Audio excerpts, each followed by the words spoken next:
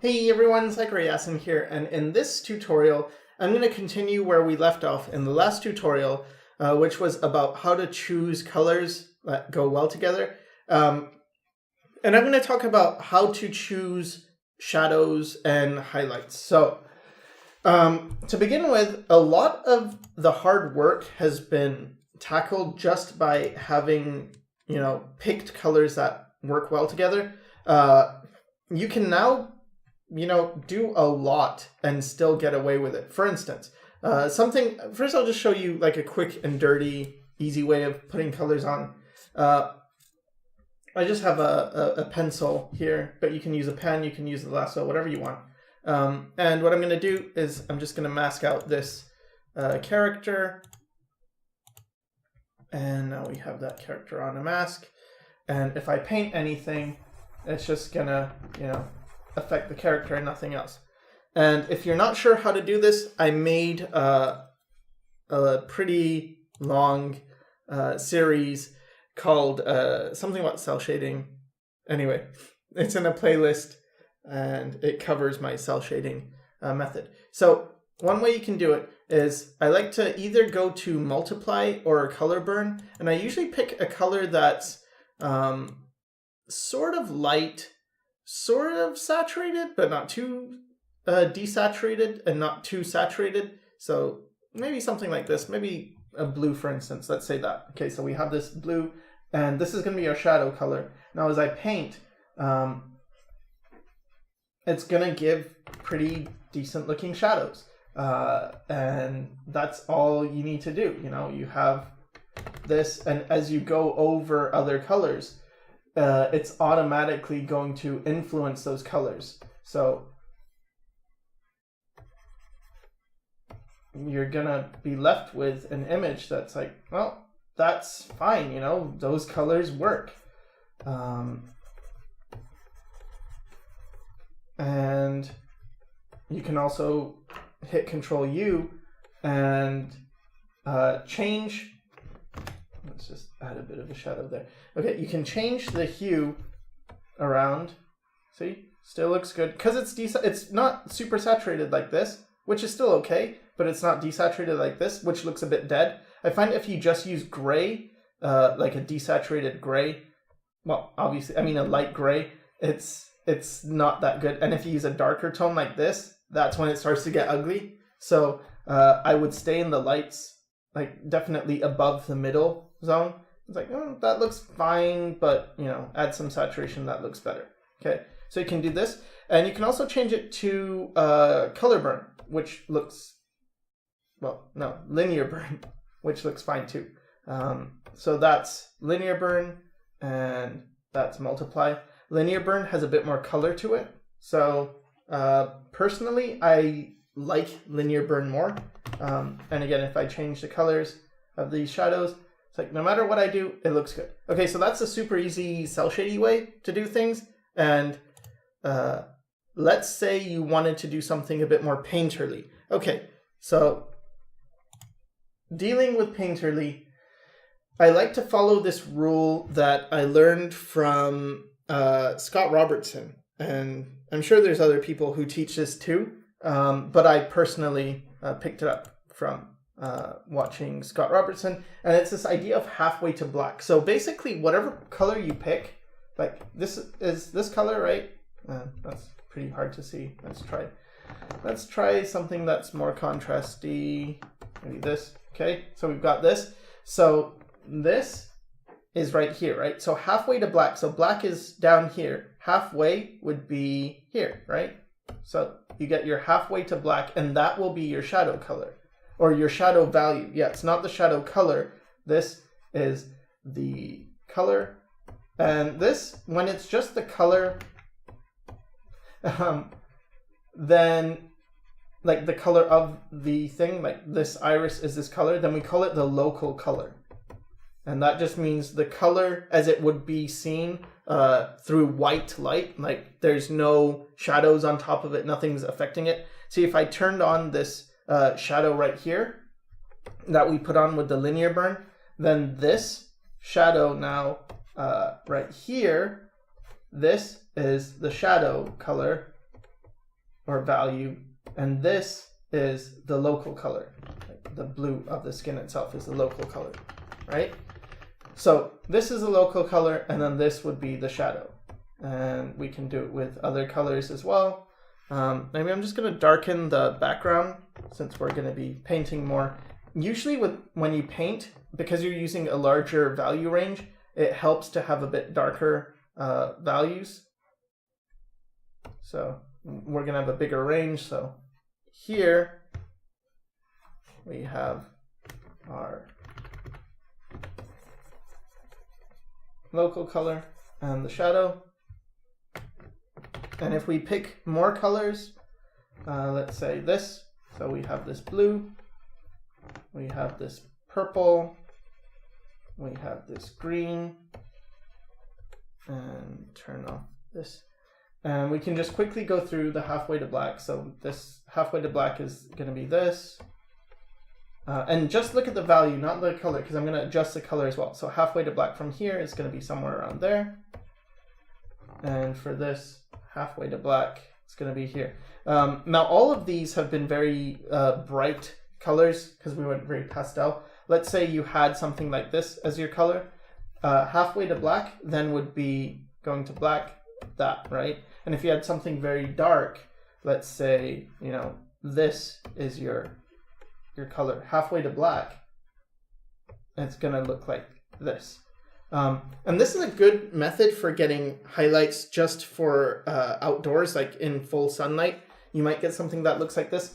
But this is where we start. This isn't where we stop, because there's two parts to this. The first thing is to go halfway to black. The next thing to do is understand warm and cool colors. So warm and cool. What is warm and what is cool? Well, it's relative, because you could say red is warm, right? So this is red, and you could say blue is cool. Okay, however, this red, if I take red, I'm still going red, and I desaturate it a bit, this is cooler than this, like more cool, more towards the cool. I'm not talking about, you know, cool as in, oh, this color, this is so cool, like great or something. I'm just talking, it's warm, and like how close it is to a warm color, the feeling of warm. So I could go to this as well, and this is cool, but I could go cooler like this. This is even cooler than this. And so to think of it as, you know, blue is cool, it's like, yes, sure, but there's more to it than that. The other thing is this can be warm, like this could be a very warm blue, even though compared to the red, it's cool. And if I go towards gray, I'm cooling it down. So whenever you get desaturated, you're also cooling a color down. And when you get more saturated, you're warming it up. So this is warmer than this. Okay, so that's important. Now, where it comes to play is that I learned this from Richard Schmidt, but basically he likes to use cool highlights and warm shadows. So he keeps all his highlights very cool and his shadows much more warm. And it's usually like either you have cool highlights and warm shadows, or you have warm highlights and cool shadows. And for me personally, I like the way he has it with cool and warm. And the thing is, it's because with white, like pure white, it's a very cold color. And with a dark red, it's a very, or even a black, it's a very warm color. Like black is actually, like pure black, you don't really see it much, but black is a very, you know, a very, very deep dark tends to be warm. So if you have white as your cool and your darkest dark as a warm, it lends itself to having cool highlights and warm shadows. It's just easier. Because otherwise, let's say you had a warm highlight. Well, it might be something more like this, where it's like a brighter yellow. It's not quite white, so it's harder to go very, very bright. You might have, you know, these as your highlights. And then if you have white, it would have to be within these colors. something like that. So you got that. Okay, so now we have our cools and our warms. So let's just say you want to know a method of coloring, and so you're just gonna do something that works. That's what you're here for. Okay, so I'll teach you the way I do it because it's just effective, and it may not be perfect, but it's what works.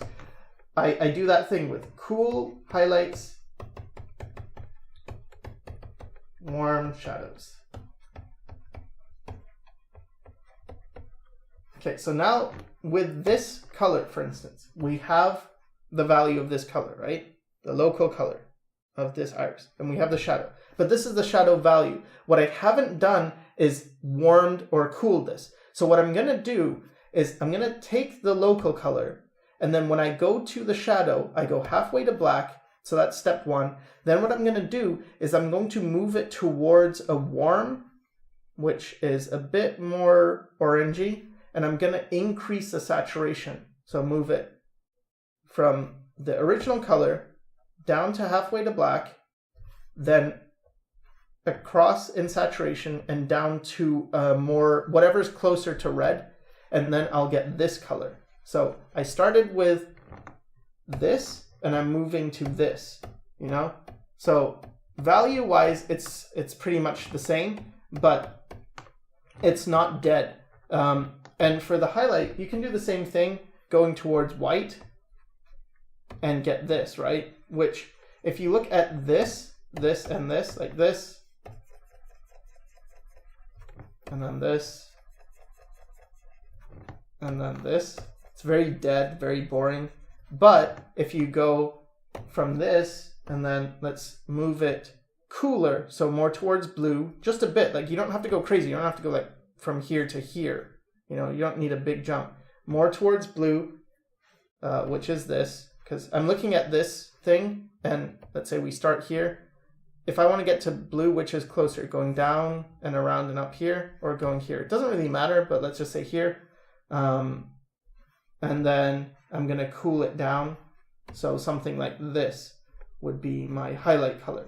Okay, so instead we have this, this, and, or sorry, this, this, and this. And that's a pretty desaturated color, but it still works. Like this is cooler, as in now it is better, like better than this. And it's something that works with a lot of things, like just hue shifting. Like this is called hue shifting, when you're taking a color and you're shifting it. So it's not just, let's just make a new thing where I can explain this better.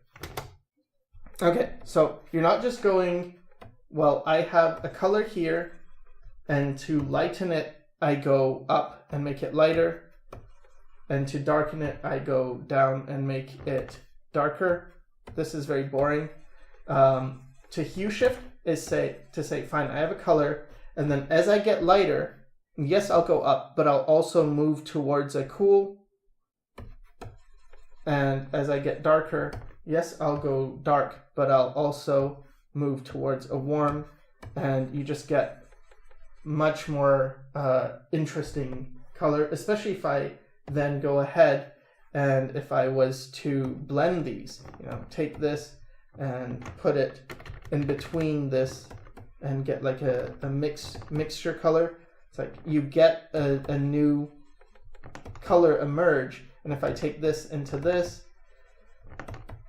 then it's not just changing in value, it's also changing in hue. And this is very appealing. It's like,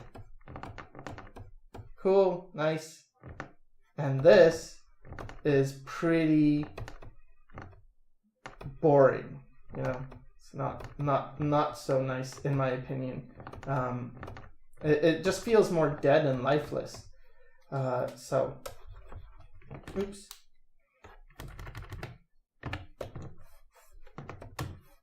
So that's pretty boring, and that's pretty nice.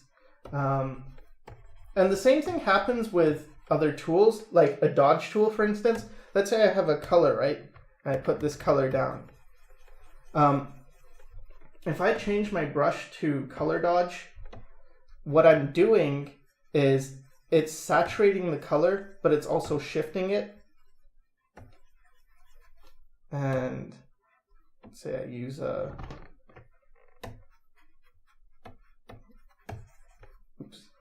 color dodge. Let's say I use a colorful color like this. Go to color dodge. It's going to not just lighten the color, but also saturate it. And can you see how it moved towards blue? Like it was started at this color here, but then you got to this, then you got to this, then you got to this, then you got to this, then you got to this, to white. See, it's already done that. And if I open this up and I click on this, for instance, right? So this is the original boring one we have. If I go down, down, down, down, down, down, you can see what's happening. It just goes like up and down, which is really boring. Up and down, boring. Whereas this one, it goes this way, but you'll notice it's not just going up and down here. It's also, see this area? This arrow, it's also going up and down. So up and down. And that's just hue shifting. You can also increase and decrease saturation on top of that. So for instance, here, okay, I have this color, and then I can increase or decrease the saturation and get that. And then here, I can actually move it towards this to get this. So now you're shifting sort of diagonally like this. So when you have a color you're taking it from its light to its dark, you can do things like this. Like I will start at this tone, which is hard to see, and then I'm going to get it darker. So I'll move towards red and move on this diagonal slope.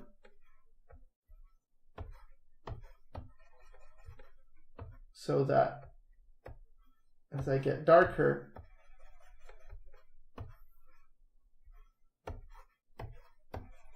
it also gets more saturated. And again, so if we were to look at this, it's going down, down, down, down, down. And that's very pleasing. And now let's look at our dodged version, this. So it goes here, and then see how it's hue shifting. This changes as well.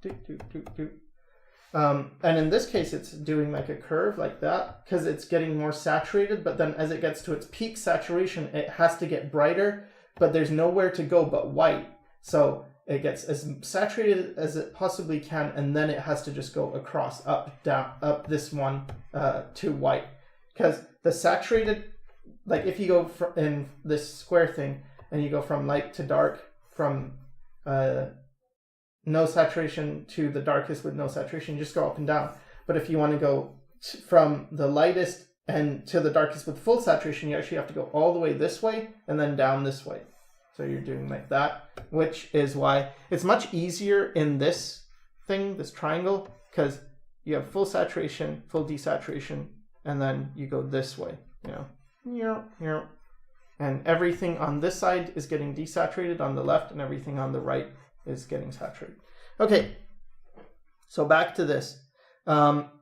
Let's pick the colors. So the way I do this now is I don't even really plan all this palette stuff.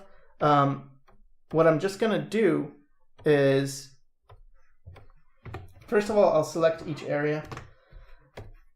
I just open up, like pick the color, right? So pick this color, and then I'm using this color wheel because it's just faster. But I move it first towards a warmer color. So see, towards red's here. So I could go this way, I could go this way. I'm going to go this way and warm it up. I'm also going to darken it, so move towards this, but also saturate it, so move towards this. So I'll get something like that. And then now you can see it's a nice tone, and we can go halfway to black. So here's the color, here's halfway to black. So you get this, you warm it, and you saturate it, and yeah, so I could get this. And then it's like, okay, so that's my my shadow tone, and you can go ahead and put it wherever you want. And remember that the halfway to black thing is for like the darker shadows. So you can, of course, have lighter variations. So this is why it's more, painterly, because you can add a lot more subtle shifts. And then you can blend that stuff. And you can add highlights and things. And again, for the highlights, we can get some on the arm as well. But what we can do is take the original color and then go towards white and cool it down at the same time and get something that's, like that. It's a highlight color that's going to have a hue shift in it. And once you do that for everything, so this is the shirt, let's just select that and darken it, make it a bit more saturated.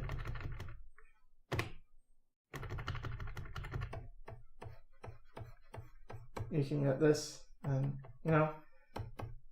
it's a bit more work than that super easy linear burn thing, but it's not that hard. And if I wanted to get a highlight for this, just take the original color, cool it down, take it towards white, desaturate it a bit, and there you go. See, you get a highlight.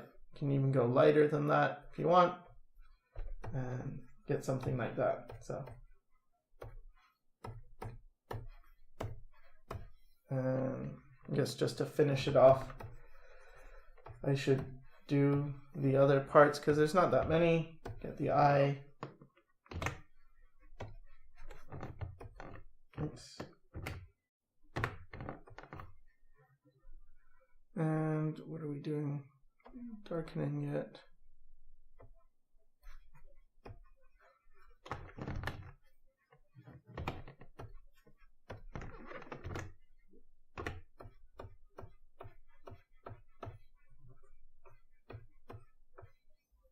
And then the highlight for this, lighter, like cooler. Yeah, so we're going cooler, so I went the wrong way. Go cooler and more desaturated and lighter.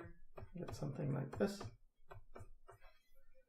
And then let's just do the rest of them really quickly. Like, it doesn't take that long once you get more experience with it. It's pretty fast, actually. Getting in all these, lightening it, cooling it, desaturating it. And what are we missing? This thing. That halfway to black, a bit more saturated.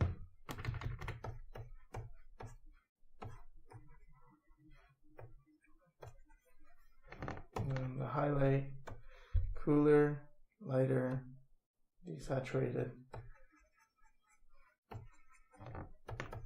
And then you can just smooth out those, like blend all the tones together to get it so it's nice and, smoother. Of course, there's more to color theory than just this, but again, this is for people who you don't really have any techniques and you feel like your colors are pretty weak. This could help. And then for the eye, something like this maybe.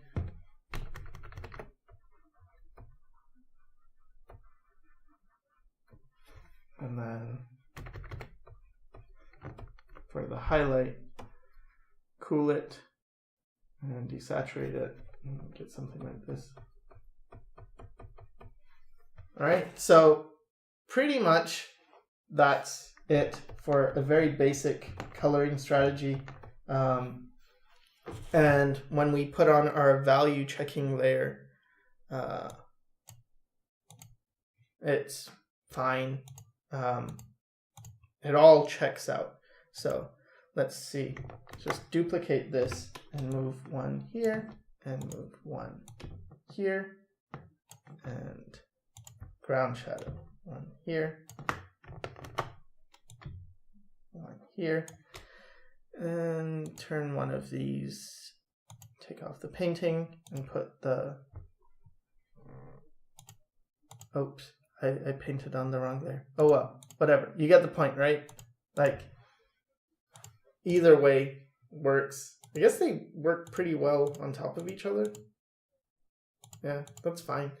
But it's just a pretty easy coloring technique. And then, you know, on top, just to make things pop, you can always, it's often a good idea, even if it doesn't make much sense, but, you know, you just add, you know, rim light and stuff, and reflected light, like maybe underneath some of these shadows.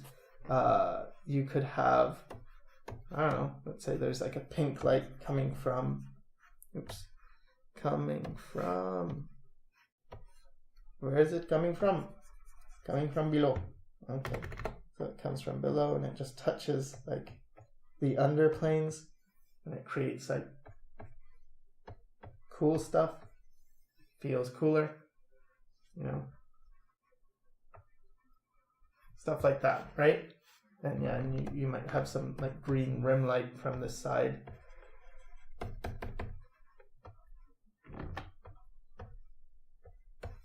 But anyway, so the basis of it is this. I hope it helped, and thanks for watching.